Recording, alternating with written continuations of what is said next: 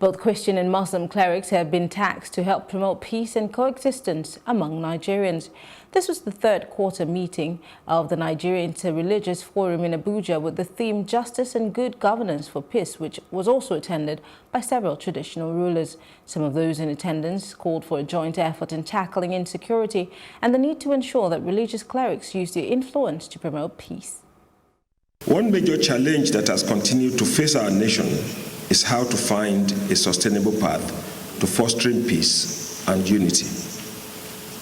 This situation has been compounded by the feeling of exclusion, suspicion, and denial, which is generally described as marginalization.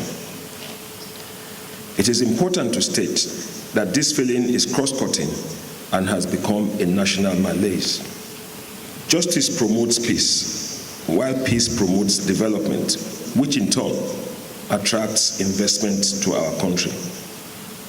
As you are aware, the situation of peace and security in the country today deserves collective approach by the government, all faith-based organizations, and the communities at large.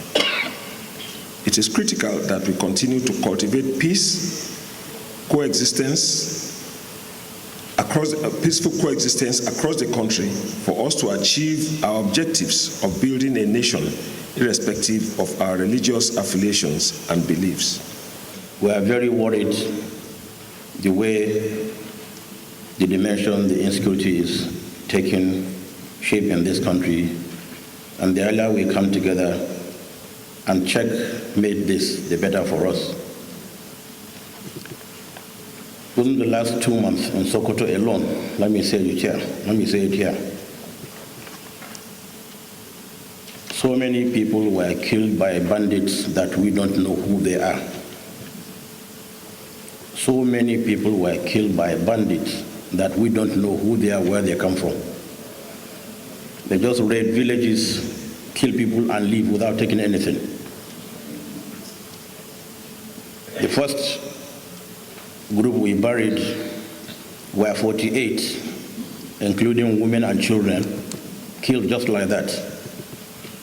A couple of weeks later, 2 or 3 weeks later, 44 were killed.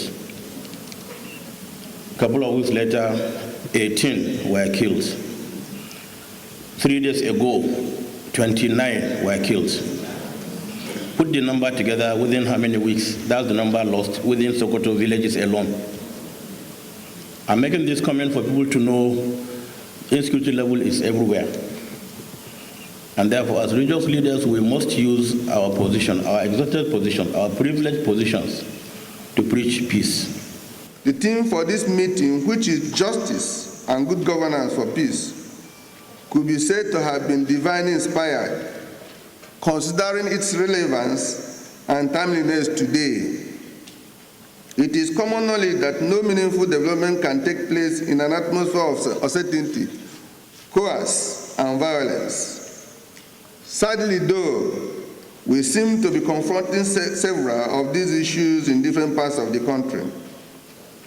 Many of them, you must admit, are simply acts of brigandage and criminality, while others are orchestrated by misguided and misinformed individuals who hold the opinion that the only way to get their voices heard or bring attention to their causes is by unleashing mayhem on the streets of our city. It is the responsibility of our religious leaders even to educate our families, because if our families can educate their children, what we're having in this country today, I don't think it will exist. Nothing is done without you doing it.